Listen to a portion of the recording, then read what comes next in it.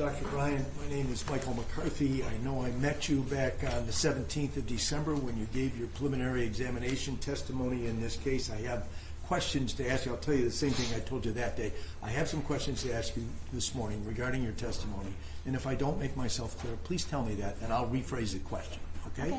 All right, thank you. Now, the manner of death is neck compression. That's the main thing that led to the death of Mr. Murray, correct? Yes, the cause of death. The cause of death. Yes. And while he sustained some tears in his scalp that are documented through the photographs that we've just looked at, those by themselves would not be the cause of death, correct? No, the tears in the scalp would not be a cause of death. It was the asphyxiation that actually caused his death, correct? Yes, asphyxiation by neck compression and by the blunt force trauma sustained to the head and neck. Why? Because when you have blunt force trauma and he's breaking his jaw and it's bleeding into his nose and mouth, he's inhaling while he's still conscious, inhaling blood. If you're inhaling anything but air, you can't breathe. So that's part of the asphyxiation and why that's contributing. And the way that you were able to make that determination is by examining Mr. Murray's lungs, correct? That's correct. And you found inside those lungs something that should not have been there, as well as all these other injuries, but blood in his lungs. That's correct, under the microscope. And that is the thing that led to the asphyxiation that ultimately caused his death. Yes, that's correct. Now, this hyoid bone, you've given a description of where it is, just at the top of your neck before you get up into your jaw area. Is that right? Yes, that's right. And you also talked about a fractured jaw. Those are two separate injuries, correct? This is correct. And now we have a jaw that, well, it's on both sides of our face, obviously. Was Mr. Murray's jaw fracture on one side or the other, or was it in the middle? It was on one side, I believe the right side, and I don't recall the other. It was multiple places. Not in the middle, though, but on the sides. Okay. So the jaw fracture is separate from the hyoid bone fracture, which was multiple, correct? This is correct. And Yes. the jawbone was also multiple, correct? Yes. You said it took substantial force to create that injury, and also sustained compression in order to fracture the hyoid bone, correct? Yes.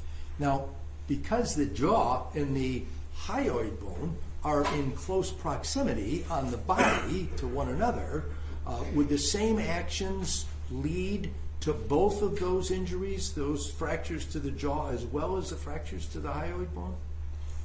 So the jaw is more from a blunt force trauma, any kind of hitting with an object or kicking or punching. The hyoid bone being fractured is the neck compression, more specifically. Can you tell, after you conducted the autopsy or while you're conducting the autopsy, which of those injuries was sustained first? No. You can just look at the body, or all you're able to do is look at the body and note the injuries, correct? This is correct. All right. But you also said that as to the compression, the neck compression, it was over a sustained period of time, correct? This is correct. Now, on direct examination, Mr. Petrofessa asked you a question regarding whether a person of 130 pounds would be able to put that kind of pressure, that sustained pressure on the neck and cause the fracture of the hyoid bone. Remember that question? Yes, I do. And you said that's a possibility, yes. Correct? And that's all dependent upon somebody being unable to defend themselves, correct?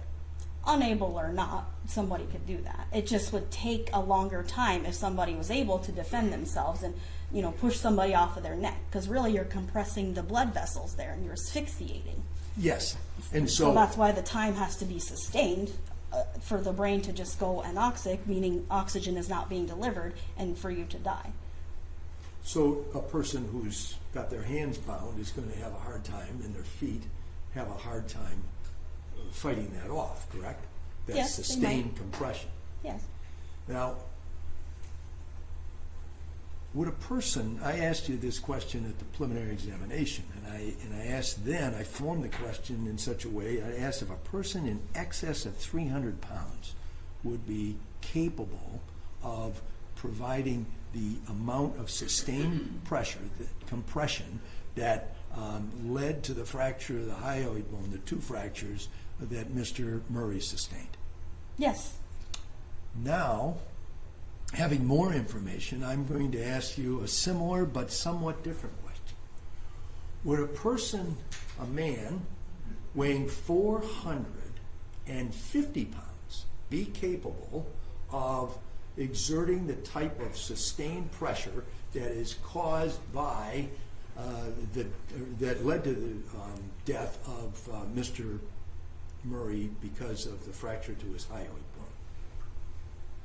What you're saying is somebody that weight can sustain That the weight. injury? Yes.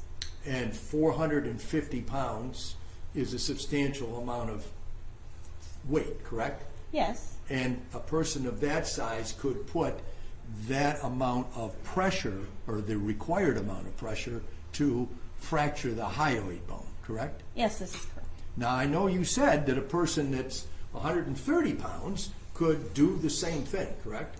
Yes. All right, but you don't have any evidence about a person being 130 pounds doing that, correct? No, I would not know who did it, what Sure. they look like, or what they weighed. And when a person sustains that type of injury, I know you said there was internal bleeding, but I noted from the autopsy photographs that Mr. Murray, unfortunately and tragically, had quite a bit of external bleeding around the head, correct? Yes, he did. And that blood flowing, coming from his body when he was alive, correct? Yes. Rather than being dead, correct? Yes. Because when, and I know you understand this, and I just want to make certain that the jury understands it, when a person dies and their heart stops beating, then blood does not emanate freely or flow from the body, correct? Yes, this is correct. It's Maybe more- maybe it will, but just a little bit, not as much as he had. Because what it is then, when a person is deceased and their heart has stopped, it's gravity that leads to the blood coming out of the body, more so than the pump that is Well, your no, heart. not gravity. It actually is the pump. If the heart is no longer pumping, then blood's just going to cease to flow and it'll stop where it is. That's what I'm saying. It's going to stop. Yes. But the fact of the matter is, you know from your study of Mr. Murray, your examination of Mr. Murray's body, that this went on for as long as 10 minutes while he was alive, and the cause of his death, the blood in his lungs, accumulated while that tremendous compression was being placed on his neck, correct? Yes, correct. Although I And- don't know how much time it Okay. took.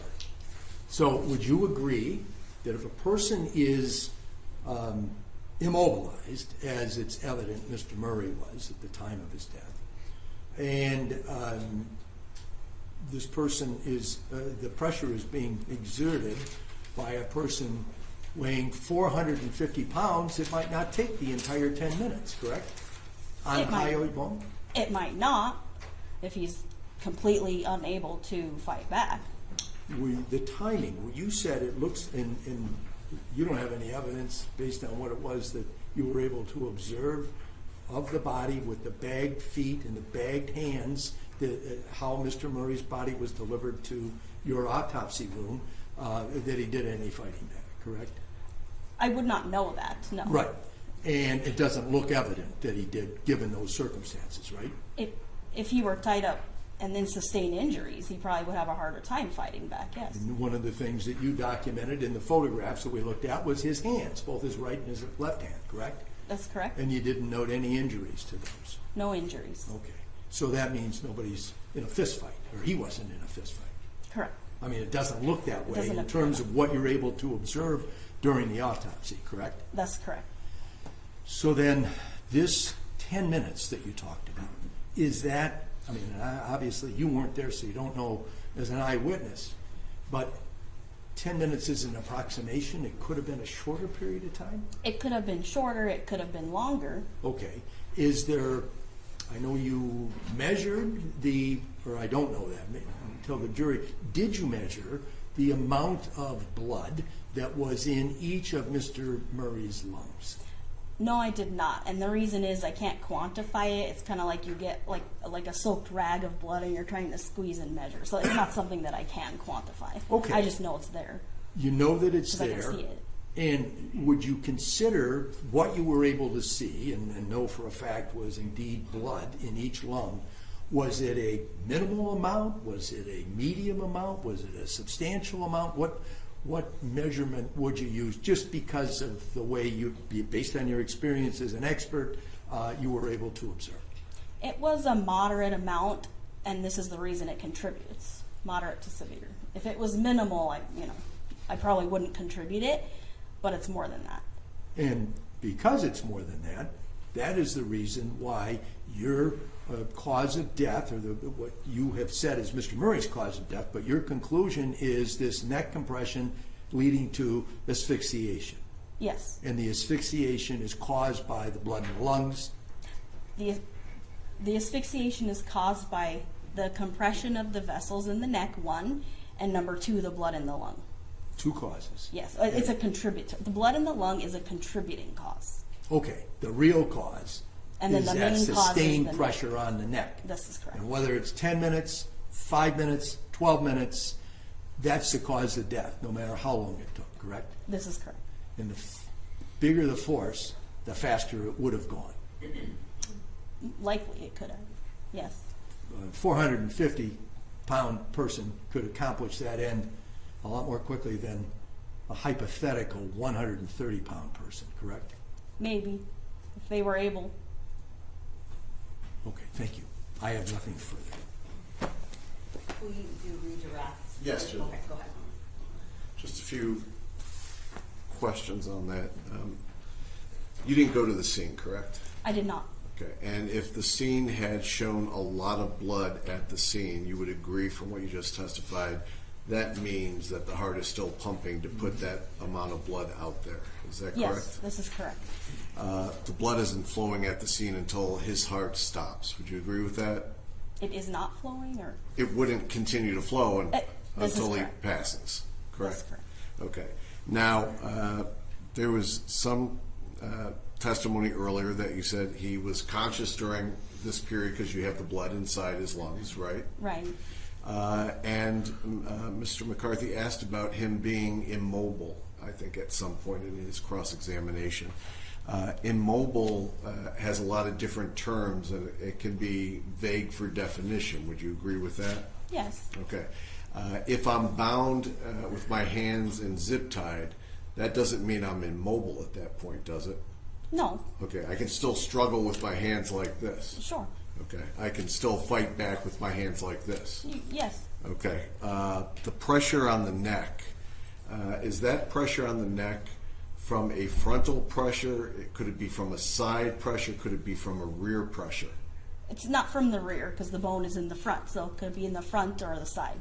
Okay. So if a person is conscious and they're struggling, there would have to be some other way to keep that head from flailing while that pressure is being placed on the throat. Would you agree with that? Yes.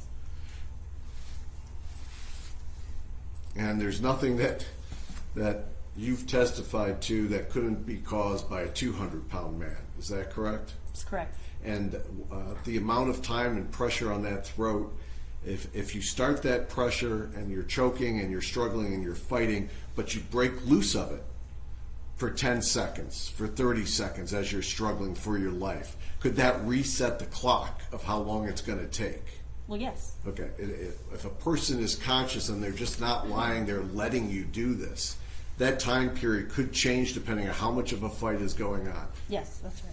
I don't have any other questions. Did you want to follow up? Just on the fight going on, Doctor, you don't have any evidence about a fight going on. You can't see that from what you observed in the autopsy, correct? Correct. I just know injuries on Mr. Murray. Thank you. That's I have what I nothing further. Any follow up on No, that? Judge. Okay. All right, so I want to go over a couple of things that I noted in your report. So under evidence of injuries, which is on page 3 of a report, you have a section that you labeled blunt force injuries. Is that correct? Yes, it is. Okay. And blunt force, as we talked about a little bit previously, but I'd like to make sure the jury understands. Blunt force means that the person that you're examining was hit with something, correct? Something blunt, yes. Okay. Which could be a fist, could be an object, correct? This is correct. All right. And blunt force trauma, would you agree with me? It's not as definite as, let's say, a gunshot, where you're able to determine that a bullet hit someone because there's an entrance and an exit wound. Blunt force, you can't really say what the force was, you just know that it was blunt, correct? This is correct.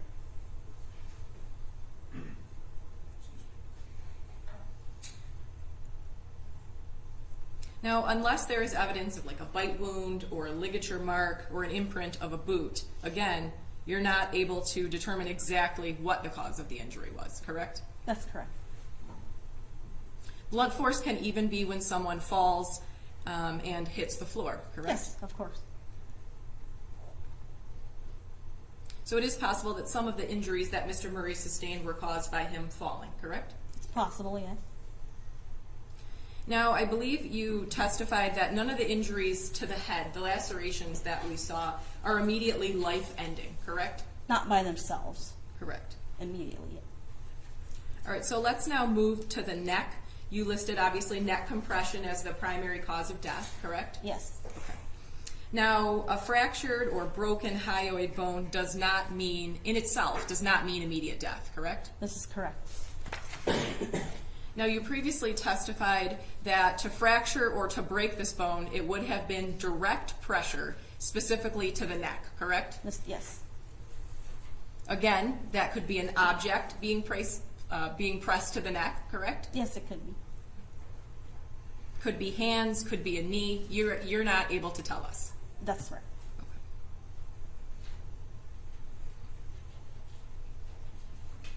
Now, is it fair to say that it's not actually the amount of force, it's actually the location of force that's most important for any type of injury to that area? To the neck, you mean? Yes. Not the amount, but sorry, say that again. So it's not necessarily the amount of pressure, it's actually where you're pressing, It's, or a combination of both. well, it's a combination of both. And as you described the hyoid bone, you said it's pretty high up in the neck, correct? Yes, it is. Okay. And here we saw that jaw or the mandible was fractured, and that is pretty close to the hyoid bone, correct? That's correct. Here you did not observe any type of ligature marks, like as if something like a rope or something had been tied around the neck, correct? That's correct. You did not notice any finger marks either, correct? That's correct. Now I want to spend a little bit of time going over the rest of your report. You spent a good amount of time on the cardiovascular system, is that correct? Yes. Okay. And you noted that he had 3 bypass grafts in his main coronary arteries, correct? Yes, I did. You also noted that he had heart disease, correct? Yes, he did. You also noted he had aortic arteriosclerosis severe. Yes. Okay. And the aorta is responsible for carrying the oxygenated blood from the heart to the rest of the body, correct? Yes, it is. You also noted in that same section that he had an enlarged heart, correct? Yes. Would you agree with me that someone with severe heart disease has a greater chance of dying during loss of blood compared to someone with a healthy heart? Just in general or in this case? In general. In general, yes.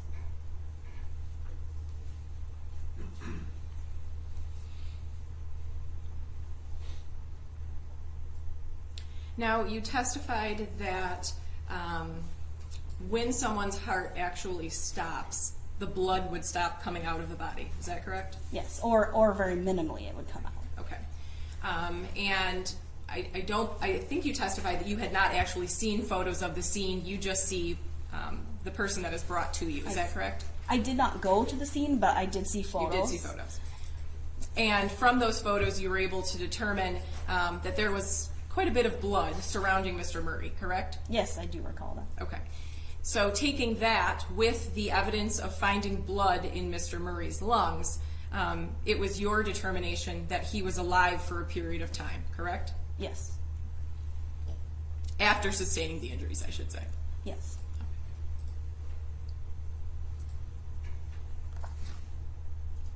You also testified that the injuries to the neck, which ultimately led to Mr. Murray's death, when Mr. Petrofessa asked you, could have been done by a 150-pound man, correct? Yes, they could have. If we were just looking at the binding with the duct tape, the binding on the wrists and the feet and the mouth,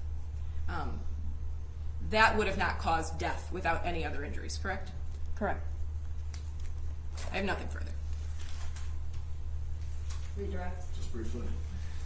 We're in agreement that Mr. Murray didn't die of a heart attack, is that correct? That's correct. Okay, and we're also in agreement that he was conscious during this attack up Yeah. until his heart stopped? Up until he asphyxiated, or lack of oxygen to the brain. Yes. And there was a lot of blood at the scene? Yes, as I recall. And you've already noted that Mr. Murray was almost 300 pounds, Yes. and he was 6 foot tall. Yes, he was. If Mr. Murray, when he was bound, wasn't just laying with his hands down at his side, not fighting back, then somebody would have direct access to that throat area, correct? Yes. But if he's fighting, if he's struggling, at that point in time it would be very difficult because you're also dealing with the person that's struggling and fighting as you're doing that. Is that correct? Yes, it would make it more difficult.